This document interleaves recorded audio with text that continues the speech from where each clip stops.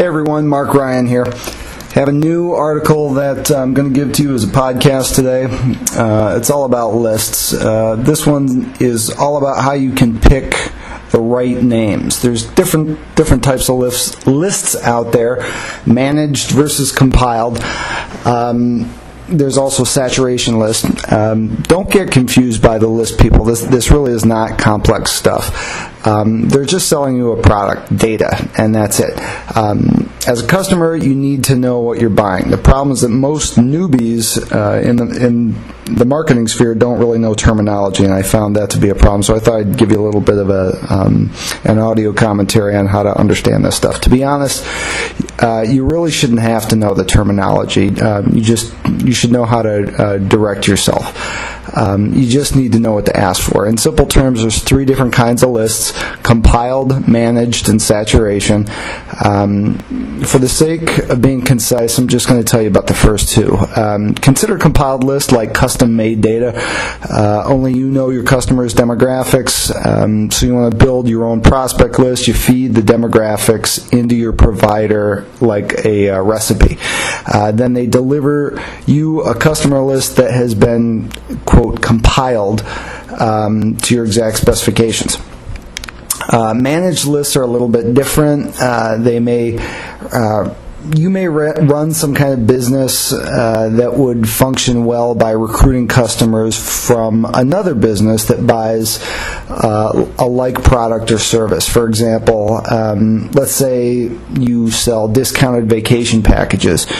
It might be to your advantage to find customers who travel frequently. Let's also say that you know such people. That a lot of your customers read travel publications by Condé Nast. You can rent these names direct from Condé Nast or from a registered list broker or list manager who's been authorized to rent that list to authorized parties.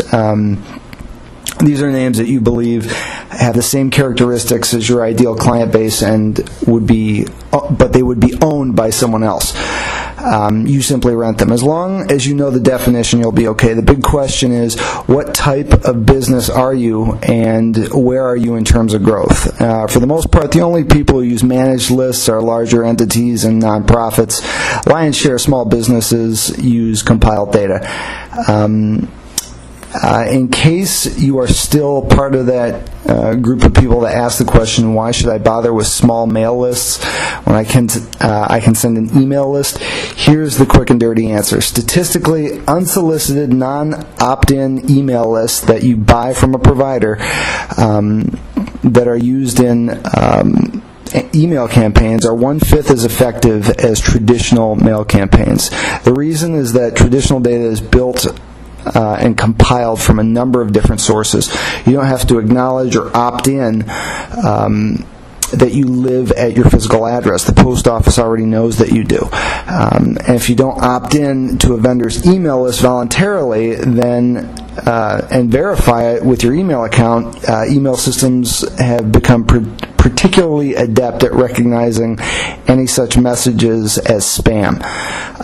With an opt-in list, a recipient is freely giving his name and information to the vendor because they have an interest in the vendor's product or service. Conversely, email lists are available for purchase and are constructed by drawing parallels between previous buying habits. It's a far less accurate way to pinpoint a prospect. Ugh, very boring, I know, but if you understand the basic technicals of it, you're 2/3 of the way to marketing success. Remember this: when you contact your data provider, be sure to tell them what kind of list you want. Type dictates everything.